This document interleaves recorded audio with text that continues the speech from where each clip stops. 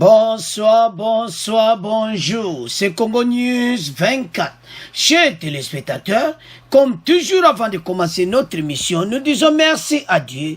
Nous disons merci à nos chers abonnés et téléspectateurs qui nous suivent partout dans le monde entier et en RDC. Chers téléspectateurs, soyez les bienvenus dans l'émission Nabiso.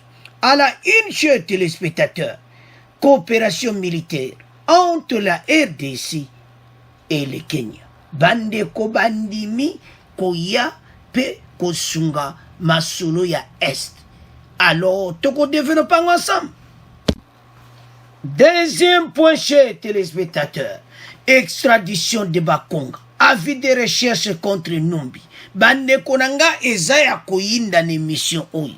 Donc, Bakonga basengi extradition officielle. Et puis, John Numbi, Bazo Lukaye mene komi bakanga vie de recherche.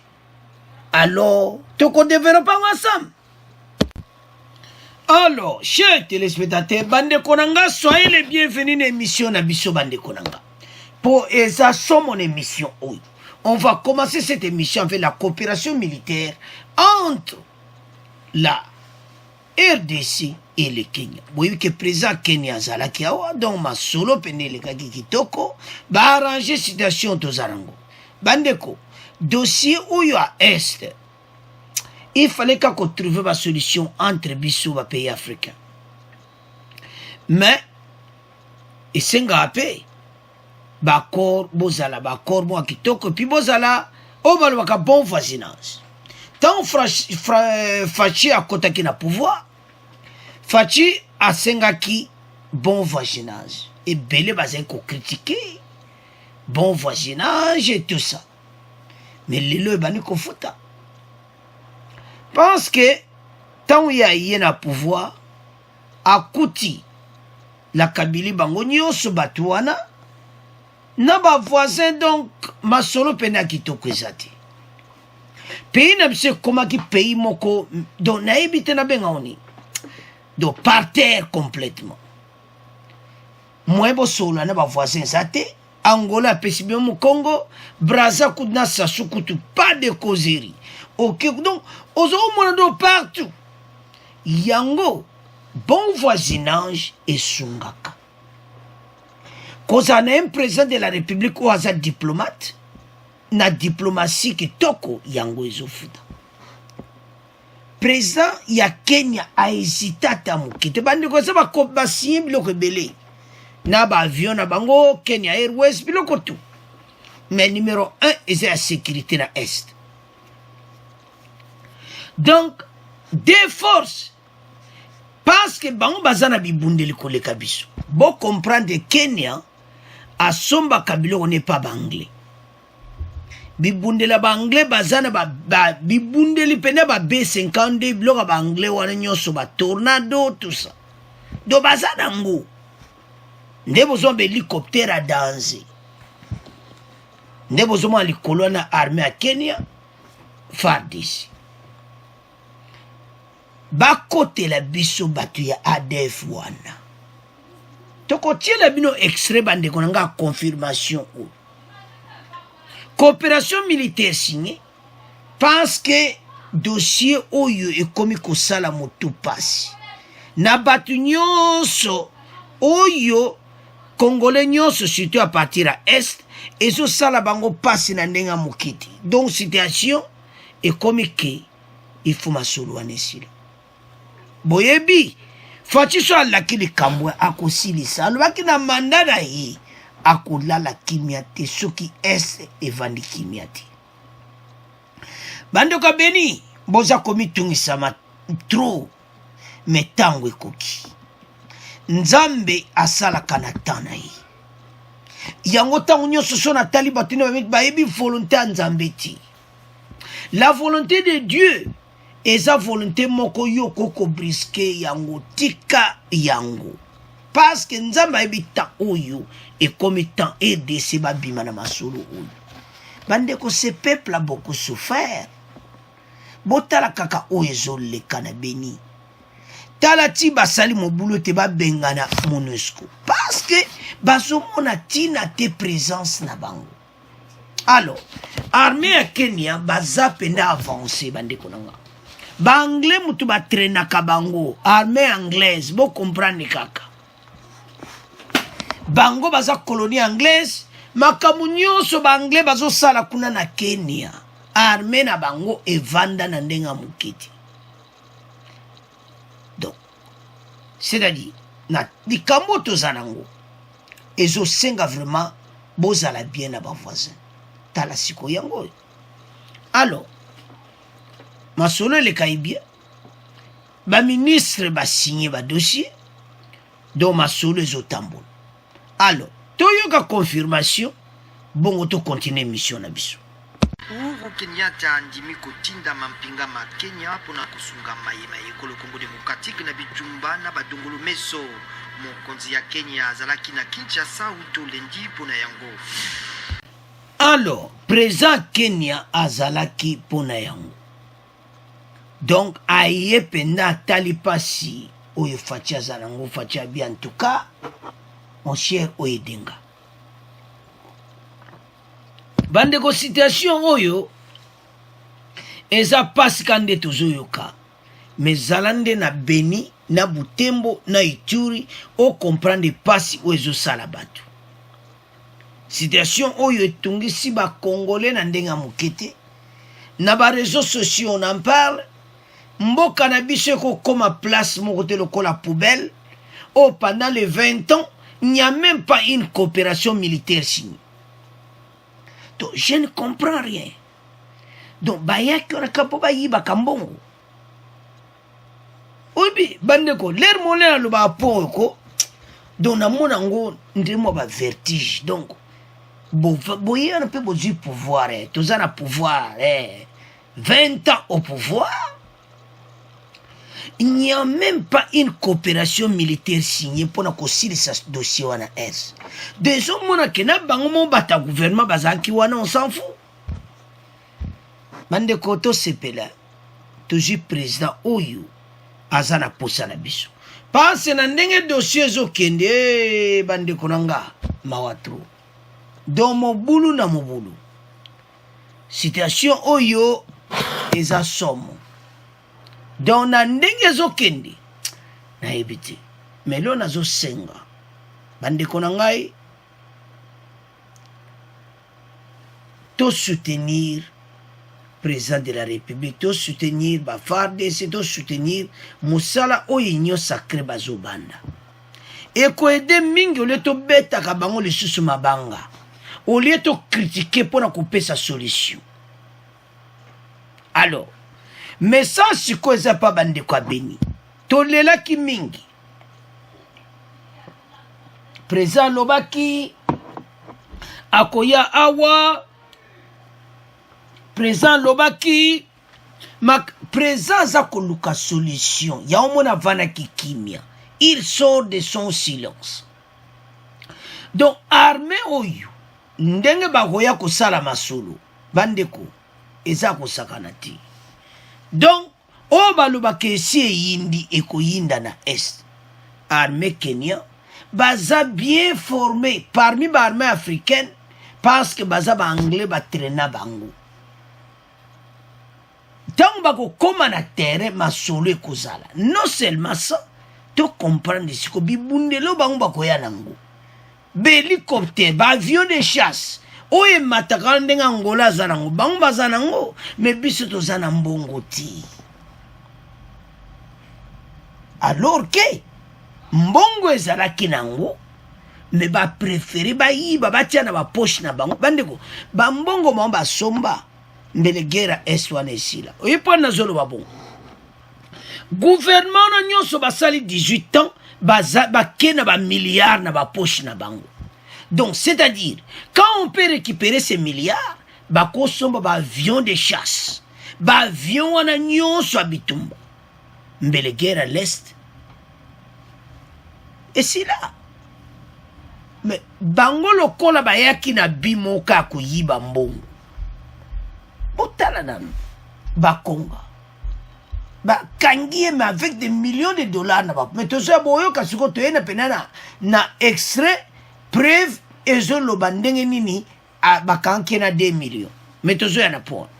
Alors eza makambo so natali, ils ont passé à peu près plus de 19 ans, tolobaka 20 ans na 2 ans basali na faci awa. Donc bato batika koraisonner eloko moko te. Gouvernement peut perdre tina ndenge bakomi na lera faci bazo continuer mpe koyiba. Et ce zo comprendre bato bazo kanga bato bazo mona pe comme lokola baza na système wana nzambe guerre wana est bango baza bakopera na kati parce que toye komona gouvernement otiango pression kaka ler faci akoti yango bandeko tambalo bakena motu ya pays bozala na mwana mboka aza na susi ya RDC yango susi faci aza nango. Si toujours comprendre que komona badeka aboyi babiloko aboyi, non, ce n'est pas possible. Notre pays ko vivre ba makambo oyo te bandeko nanga, ce n'est pas possible.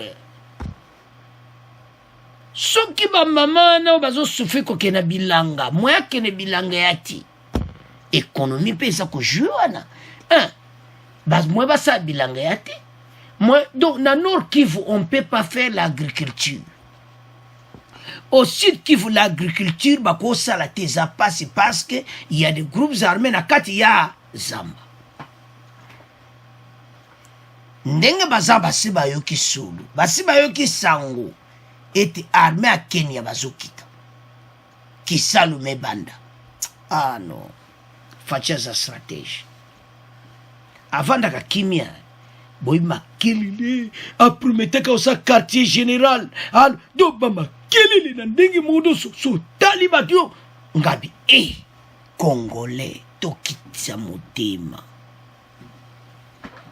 bato nyonso bazoloba mabe mpona président de la république bakotikala na soni oye mpona nini balobaki ke président ye nde aza bakabwana jamais na Kabila baliona bakozala kaka na donc FCC cash wana donc jamais bakokabwana ntango faci ozwa décision okabwana Kabila bakoti na kati ya kazaka les mêmes personnes bazali kofinga bachanger stratégie ezali su ya FCC cash te komi nini guerre est bomoni guerre est bazokipe na bango te bazokipe te président kuta alobaka lisu mpo nango te mais boyebi te bastratégie aza nango tala siko omoki botikali na soni coopération militaire yango totieli bino bazotia manzaka baprésident bavanda bakiti baministre bazosala masolo boyo ya koloba siko ozomateke botikali na soni bandeko na ngai totika koloba mabe mpona président azosala mpona intérêt ya mboka faci akosala jamais likamoko etrahir RDC bandeko nazoyebisa bino solo asane berer makambo sume faci jamais akosala erreur wana te yango so nata bacommentaire bandeko so nata baémission mosusu na bia bandeko bazocomprendre te que notre pays eza na avance déjà mais tozozanga nini makoki yango wana nzambe alobi ntango apesaka vision apesaka provision tala sikoyo baaccompagnement oyo azozwa bokomonaka alobi lisusu Lorenzo na Angola bazoya comprendre Kenya Angola FARDC este wana masolo esili do bavoisin bakopatanga na ba R na ba BU na ba OU bango tu bakopakata mbangu butu tolobala bino ke mokolo mala siko salama et c'est bandé déjà de toute façon. Donc tolobaki lumbe eza kalati donc eza mawa. Alors bandeko nanga totiki premier point na bino tokomeleka na deuxième point. Alors, chers téléspectateurs, deuxième point de division en deux. On va parler d'abord, il y a Willy Bakonga, après Tokolobaya John Numbi. extradition de Bakonga et avis recherche ya John Numbi. Commençons avec Bakonga. Boyokaki nde tutaki une émission passée nde bakangaki. Mais lelo tolo wa dossier nde bakomemaye na Kinshasa. Boko yoka confirmation.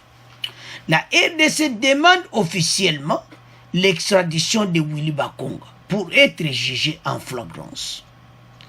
Le gouvernement congolais vient de formuler officiellement une demande d'extradition de Willy Bakonga, ministre sortant de l'enseignement primaire et secondaire et technique.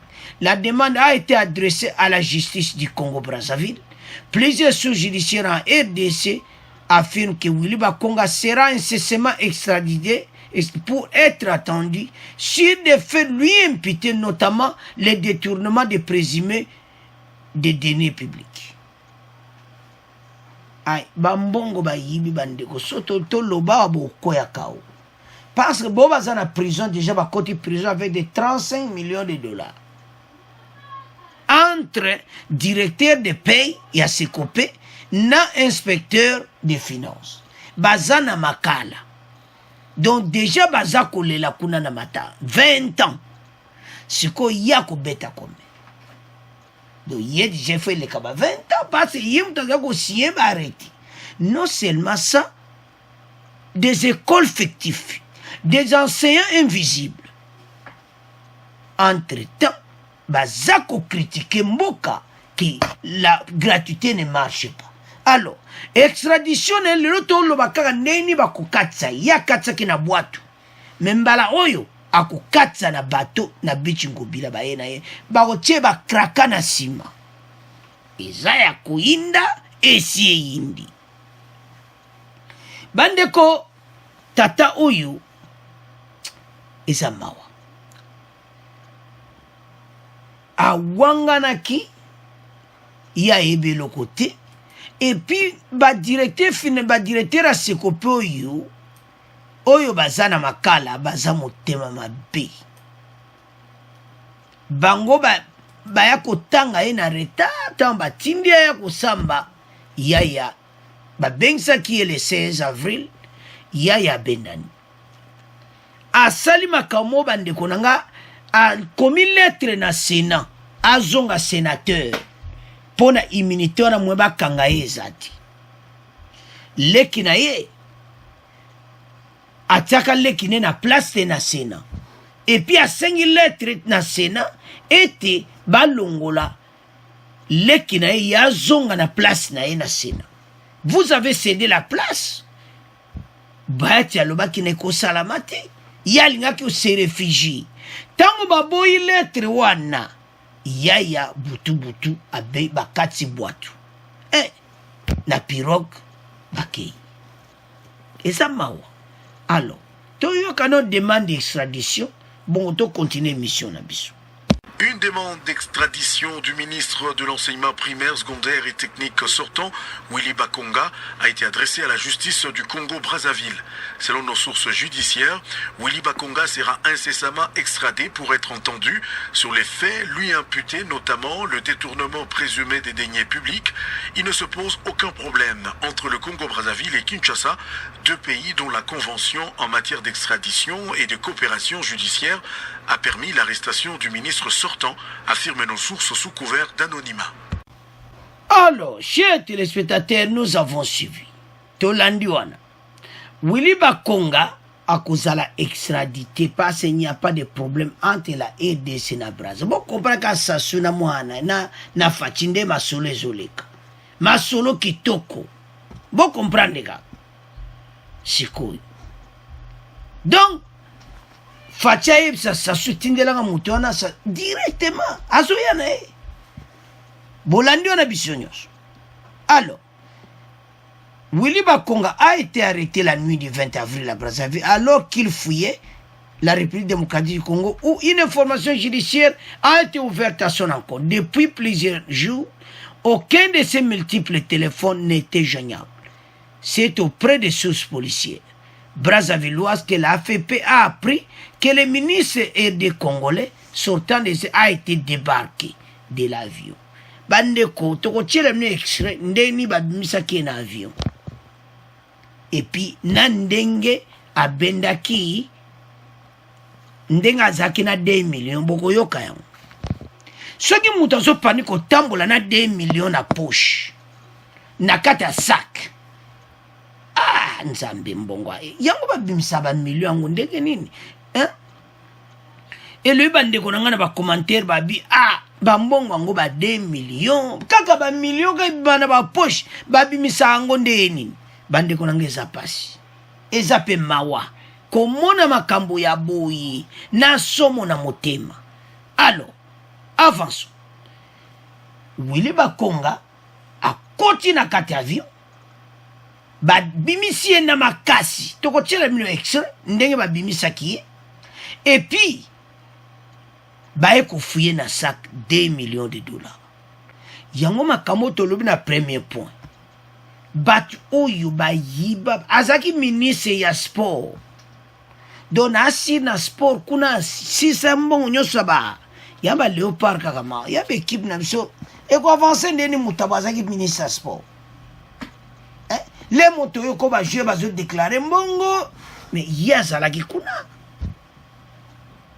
alors bandeko na nga donc bato bayaki na mission kaka koyiba yibanga na yibayo donc ese message nango donc obendi malar koto imo ya bendi koto donc banque centrale ekomaki yango bachange na gouverneur à banque centrale. Des millions de dollars ne peuvent pas circuler comme ça, ce qui va loi qui toque na mboka, il y a un virement bancaire. Comment des sommes d'argent bakanga mutuna sac na 2 millions de dollars alors que là-bas à Kinshasa, batu bazo kufa na nzala. Y'en a un Congolais, tout féliciter président de la République. Kokanga ba ministre bo etika ko sala matena mboka na biso. Président a travaillé na bonne volonté et zo senga biso yosto za simana e. Ce n'est pas possible. Quel moyibi. Oh bande konangai. To simba Fatima boko mibale to komona makamba kitoko na mboka na biso. Alors, to yo kande bakanga ki na 2 millions, nande ba bimisa ki na avion, bongo to continuer mission na biso. Ba ONG ya makoki mambo moto basengi mbulamatari ya Congo Brazzaville kotinda na Lumbango na Kinshasa. Ministre ya kala ya kela science ya kati pe ya technique Willy Bakonga ya ekolo Congo démocratique sima na bokangami na ye kati na mpepo na Brazzaville. Akaje lobi Willy Bakonga azwamaki na pene na million mibale ya ba dollar na libenga na ye.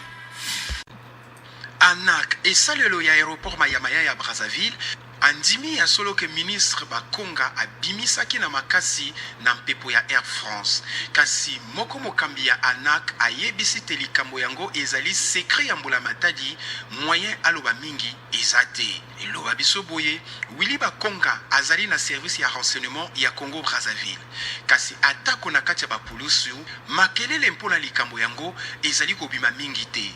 Kinshasa asengi ke ministre Willy Bakonga azongisama na Lumbango penza na RDC. Congo Brazzaville na Congo Kinshasa bazali ya solo na boyokani ya extradition. Alors, bande konanga tolani ba version nyonso mibale. O ali boso bakute na 2 millions.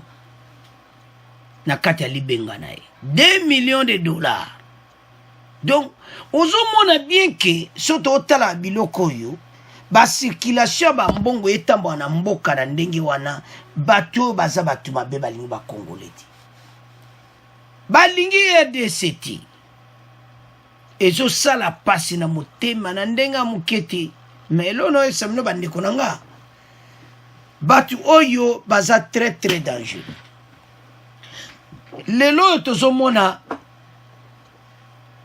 bango na nyonso PPRD FCC so ba lui vraiment tout ba kanga ba compte na mboka na biso to kokoma na ba milliards de dollars bandeko ba mbongo ba yiba donc yango boka moite toujours ko avancer ti so que le Congolais zo souffrir eza pona gouvernement oyo sale 20 ans ata kuna lera Mobutu ba yiba boete non na lera Mobutu ko bazai ko iba kana bango mais oyo te oyo mutu nyosi faza la milliardaire soko tali na gouvernement na kaka bata PPRD tala kaka bango ba milliardaire na ba milliardaire donc 1 million zelo pas me panay ako kabelo pe 1 million de toute façon pe bakabana bango ti baza batu moko baza peno kaka ka pona ba famille na bango bana na bango bazotanga na ba poto na ba place to ba soma ba villa mais ba villa wana un jour to récupérer ngoto ba dernier public a bato yo neti ba wili ba konga o bo récupérer tous les palais boteka yango parce ba mbongo ba si ba villa ngone ba pays étranger to comprendre que yena libengaza na 2 millions de dollars bongo o bino wana musubo kangiti o ezo tambola na ngona nzela ezo mwana ti eza mawa alors parlons sikoyo na oya mibale ndeba bisaki na makasi na avion en tout cas soto rataki nzamba malamu et puis ezo tia mutu makasi alinko bimati bon yango lui ndeko mwa tu n'as qui visa France comment mutu aza recherche na so comprendre pe ba français ti est-ce que ça a un passeport français on ne sait pas. Ba ministre nyonso ba tambola na ba pays étranger on ne sait pas. Lem so za na passeport français ne ajika passeport français na mbala moko nzela. Lem so za na mais français te baza na passeport européen on ne sait pas. Pour ceux qui visa pena kozwa ngo ndenge nini. Alors bande ko nga sa ke traquer na Brazzaville ba koti na gada avion ba bimisi. Qui nous fouille pour 2 millions de nasir batu oy bande unanga me brazawana bakoko yiba mendenge ya bisote ya biso ezama be bizarre batala bu ministre na 2 millions de dollars ce n'est pas possible alors bande unanga ezamawa mais akomi na suka ndenga zawana kalate ndenga zawana bako makala direct camarade caméra ba beta ba carte na sollicité alors tous les gars directement à John Numbi l'auditorat militaire de FARDC a officiellement émis un avis de recherche contre le général John Numbi pour association de malfaiteurs et assassinat de Tchébéa et Bazana. Association de malfaiteurs n'est pas commis avis de recherche donc azapena mystique. Donc, mené comme officiel, Azawapi. Kalape ya okatsa Brazzaville, ou bien ya sa bendana nae, azane na zibambwende toyokaki. Mais, ya azane li susuti. Parce que on kuna kasumba lesa mbala moko kati nzela mabele. Bata kine mutu bazana problème a kukima. Bata Lubumbashi, eza mwa pasi ya. Mais, et la frontière na biso faut ko kanga batu parce que baleka kana ba frontière normal wana baptisa ba identité batu mais boyebi bango ce sont des figures connues et le bi na batune ça soit les na bichingo bila mais je ne suis pas sûr pas ça katsa ki na boîte il peut être qu'il colle au du boîte mbala mo katisi ba pêcher renta ba pêcher ka basi donc du ka boîte ba pêcher ba petit ba pêcher ba tio na boîte ba katisi pour pêche no ba pêcher ba sala mon pêche ba zalen no ce ne balewan na Kinshasa donc a foutu nga ba lar ba katisi ba donc ba John Numbi yo a dû faciliter ya ukima nzela wana ale yi wana ki alors bande ko za passe tout temps nanu avis de recherche na livré par le général Lucien. Alors, bande konanga azaki vraiment bazayi pena kulukai. Donc extradition na ye et commis pena donc au sakanati. Veuillez entreprendre d'actives recherches en vue de découvrir la personne dont le nom, poste, nos prénoms et grade ci-dessous. Il s'agit de communion soanateur. Il s'agit de général d'armée Numbi Banza Tambo John. Le précité est poursuivi des chefs d'association de malfaiteurs et d'assassinat de Floribert Tchibeya et Fidel Bazana. Fait prévu puni par les articles 45, 156, 157 et 158 du Code pénal ordinaire, livre 2, tel que modifié par l'ordonnance loi numéro 68-193 du 3 mai 1968. Peut-on lire dans cet avis de recherche lancé le 14 avril 2021. Bande ko avis de recherche ba lancé kiango kaka semaine passée. Le 14 avril. Parce que aya kiti.